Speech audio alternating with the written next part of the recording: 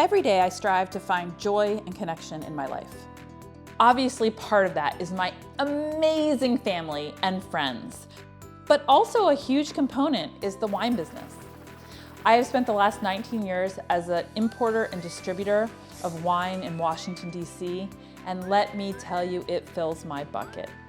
What I'd like to do here is bring you along on the journey. The wine business can be incredibly insular, and I would like to blow that wide open and introduce you to some of my favorite people in the wine business. We're gonna start with Washington State, where we interview 6 of my favorite vintners and try to unpack just how much of the wine business is about wine and how much of the wine business is about people and culture and all the other beautiful X factors. I'm Christy Delovich, and it's 5 o'clock somewhere in the Vineyard, Washington State edition.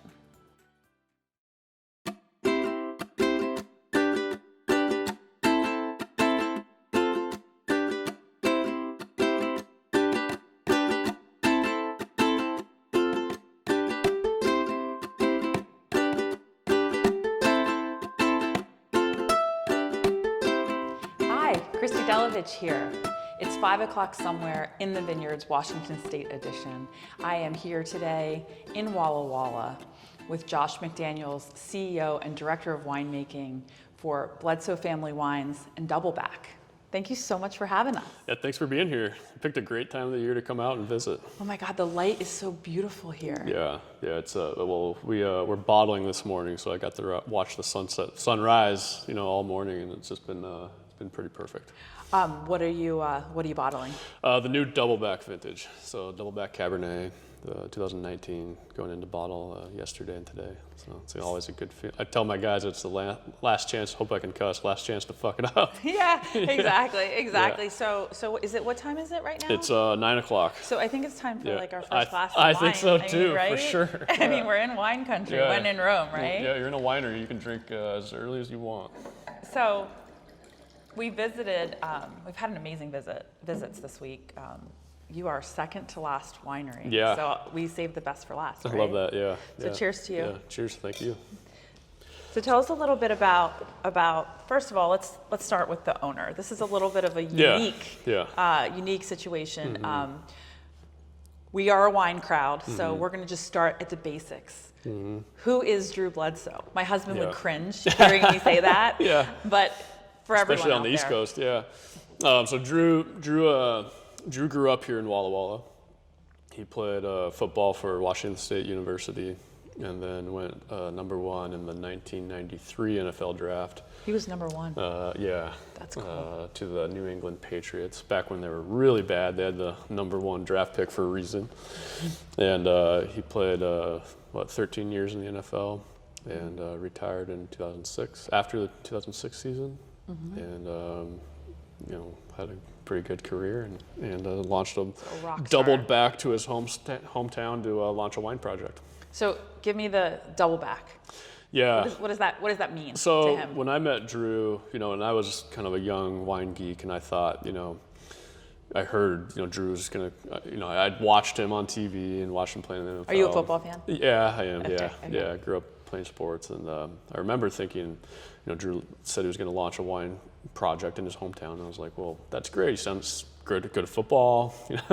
He seems like a really great guy from everything I've heard, but what the hell does he know about wine? And it was really cool to me as a wine geek, thinking that he came out, he didn't call it Drew Bledsoe Winery. He didn't want to put 200% new American oak on the wines and be ultra rich and ripe and flashy. And he came out and hired a great winemaker and bought a piece of bare land to develop an estate vineyard on. And so it was a real wine project.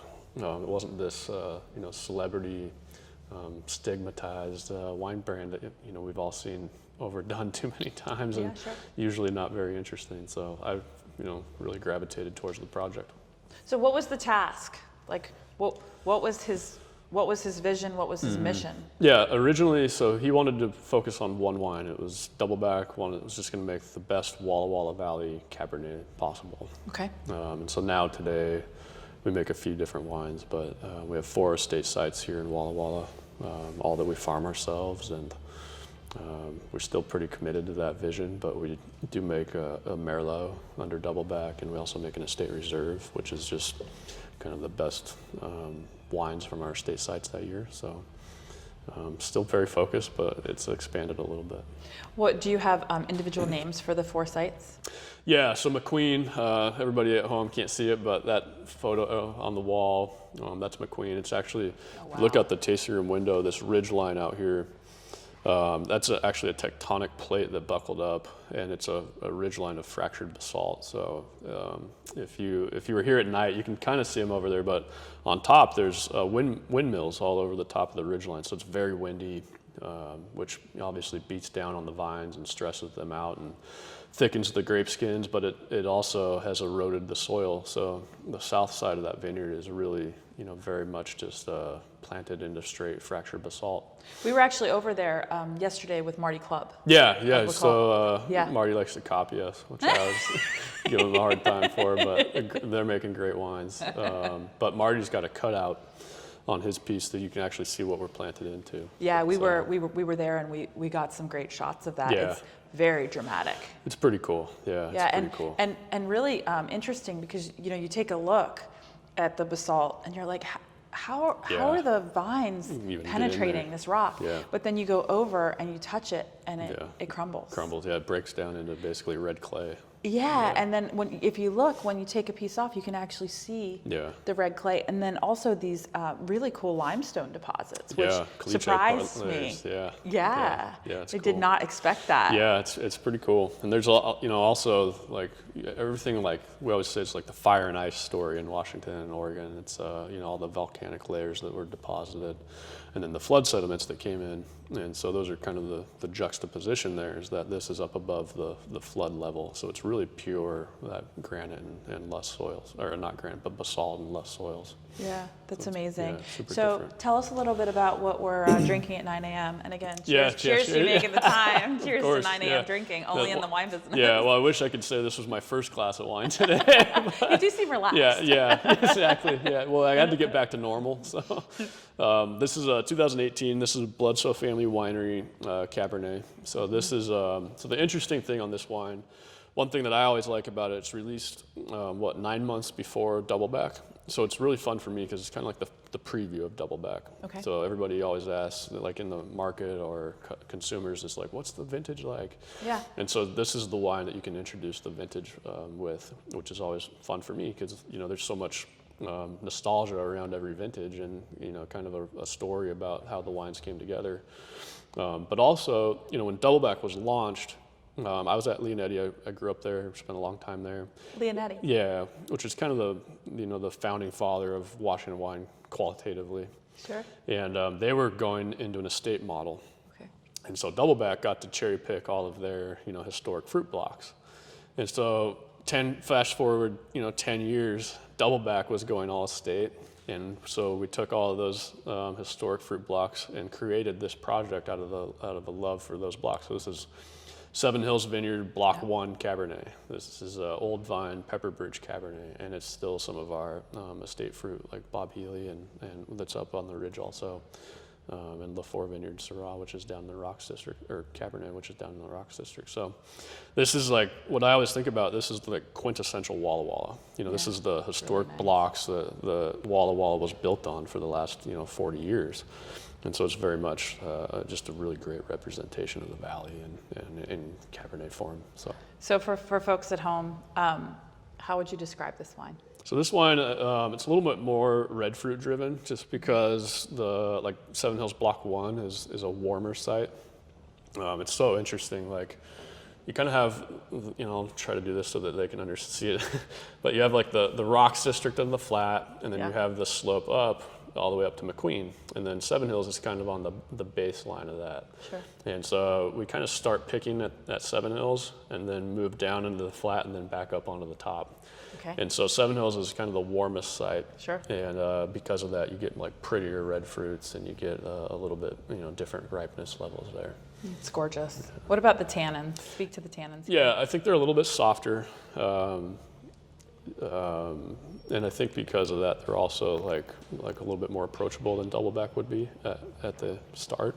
Sure. But the wine certainly has, the stuffing to go for a long time. So it's a chewy, it's still got I'm a very textural person, Yeah, me too. like in food. And so Yeah. I always talk about like the type of tannin, and the type of tannins in both of these wines are similar in that they're chewy and they're long and they're not astringent or kind of coated on the outside of your mouth. So something that we've spent a lot of time on is just like how to extract the right type of tannin.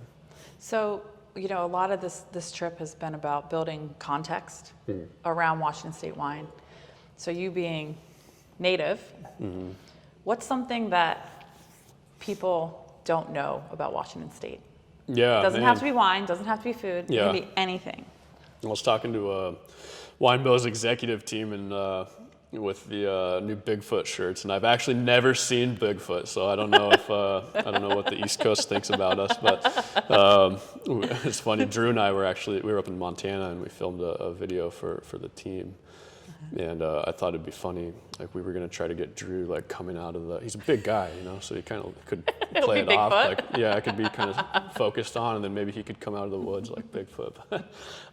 Washington, especially on the East Coast, what I always get is they think of Seattle. It doesn't rain a lot over in Washington State because they think of Seattle. Well, Sure. All that weather comes off the coast, and there's the Cascade Mountain Range, and basically all that weather gets caught on the mountain range, and it goes from like 150 inches of annual precipitation down to like 4, like within like 10 miles. And so basically it comes across Seattle up into the Cascades, and then it drops, and then it's basically a desert. And what's cool about Walla Walla is from McQueen Vineyard to like Figgins Estate, where we get Merlot. It goes from 6 inches of annual precipitation to 23 inches. And so Walla Walla is this tiny little area, but it's extremely diverse. And so Walla Walla is where it starts to pile up, basically. So you get you go from like sandy soils all the way up into high clay content soils, and everything in between. So it's a pretty diverse area in a tiny little region that you can make a lot of different styles of wine from. That's really cool. Yeah. All right, so what else do we have here? Yeah, so this is 2018. This is a Doubleback Cabernet. And this is really the wine that Yeah. put you guys Yeah. on the serious wine lovers and collectors map. Yeah, it was. I think the first vintage was a Wine Spectator Top 100 Wine of the World, and it's always been. Cheers to that. Yeah, cheers. Yeah, and it's always been. If you care about scores or not, it's always been one of the highest rated cabs in the state for sure. So, but I don't really put a lot of weight into that. So. I can say that now because we have a wine critic coming in about 20 minutes. Yeah, it doesn't hurt though. It doesn't hurt. Yeah, exactly. It doesn't hurt.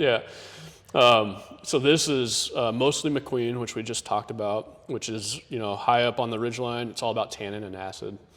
Lots of both. And then Lafleur Vineyard, which is down in the Rocks District. Like Wine Spectator called the Rocks District the most distinctive terroir in America. Big praise for that area. And why? Also, it's actually the soil series for the AVA is the most uniform soil series for an AVA in the U.S. too. So it's very much, it is what it is. Yeah. And basically it's a gravel deposit of rolled cobblestone, so it looks exactly like pictures of Châteauneuf-du-Pape. Ah. And so this is, so Lafleur though is the exact opposite of McQueen. It's not as stressful. It kind of gets the heat retention from or reflection obviously from the rocks. Back up into the fruit, and we get really sexier, lush and plush tannin and not as much acid off of this site. So what I've found over the years is blending the two together work out really well, and they're killer together. So rounds out the mid palate and softens things up a bit, but it comes into play. And the only other wine in here is Merlot from Figgins Estate, which is, and that's the only thing that's not a state crown. I'm gonna grab Steve, come check out our awesome cameraman, the color in this wine. It's really pretty. Thanks. Really, really pretty. We started aging, this is about, I think this wine's like 68% new French oak. Mm-hmm. Then we started aging Cabernet in concrete too. Did you really? So, yeah. And why did you make that choice? So we want, like Drew set out, this is one of the other reasons that I really liked his vision, was originally he wanted to set out to make an elegant styled Cabernet. I think because he, in the NFL, he finally had money. He didn't, both his parents were teachers, so, modest upbringing. And, didn't know wine until he got into the NFL and cut his teeth on Napa in Australia, so sure. very rich and ripe and, Sure. and overdone. Powerful. And yeah, exactly. And so he wanted to have this kind of restrained style. It was vineyard driven and driven by the fruit. And so I gravitated towards that. And one of my favorite wineries I was tasting was Chateau Pontet-Canet. And I started, kind of drilling into different wines and understanding why I liked them. And Pontet-Canet I think that wine's like 35 or 40% of it's aged in concrete vats. And so I started experimenting with it and found out I really liked it. So it started to make the blend. This was the first year. What's your favorite pairing with a local food? Local food? With this wine. Well, if you're here, what I always do is I take people, we have incredible Mexican food. So we have great street tacos. And You have incredible, we yeah. stopped at like a dive. Yeah, exactly. In this tiny town, don't ask me Yeah. which one. Yeah. And I asked the winemaker we were with, Andrew Janik, I was like, did you like choose this? Yeah. He goes, no, this is random. Yeah, we're yeah. gonna try this together. That's funny. And we walked in and it was awesome. Yeah, for sure. Yeah. The food was incredible. Yeah, It was yeah. super humble, but really, really good. Yeah. And he got a bone-in fish. Yeah, It was that's like awesome. perfectly That's pretty cool. seasoned, Yeah. perfectly cooked. That's awesome. I love it. But welcome to Eastern Washington. Yeah. So specifically, if you were gonna do like your choice of tacos, with this wine, what would they be? I would do steak tacos for sure. Yeah, and a lot of times they put obviously like avocado and they do wall sweet onions that are kind of grilled on top. So That's really but good. if it's just me at home, I'm definitely getting like a local ribeye and grilling that up for sure. Just a little salt on top. Yeah, exactly. Easy. Sounds great. Yeah. Sounds great. So tell us something about you that people don't know or don't usually ask. Oh man, don't usually ask. That's always a hard question. What do you do when you're not at work? Not at work. Wawa's got great county roads, so I like to road bike a lot. And, Okay. There's a lot of bikers around here. Yeah. Got into archery hunting last year. So like bow? Yeah, hunting? bow hunting. Yeah, so that's kind of unknown, but. What do you hunt for? Deer starts next Wednesday, a week from today. So getting in shape and trying to figure that. It's such a mental game. Bow hunting's like hardcore. Yeah, it's hard. Yeah, it's a challenge, but it's pretty cool. Yeah, it's pretty fun. Yeah. Well, cheers to you. Thank you Plus for making it goes the time. great with the wine. So yeah. I bet it does. Venison and these. Yeah. Cheers. Thanks for your time, Josh. Yeah, of course. Thank you.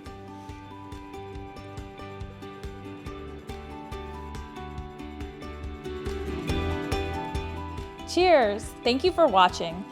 Join us on Thursday for episode 9, where we go in the vineyards with wine legend Marty Club of L'Ecole.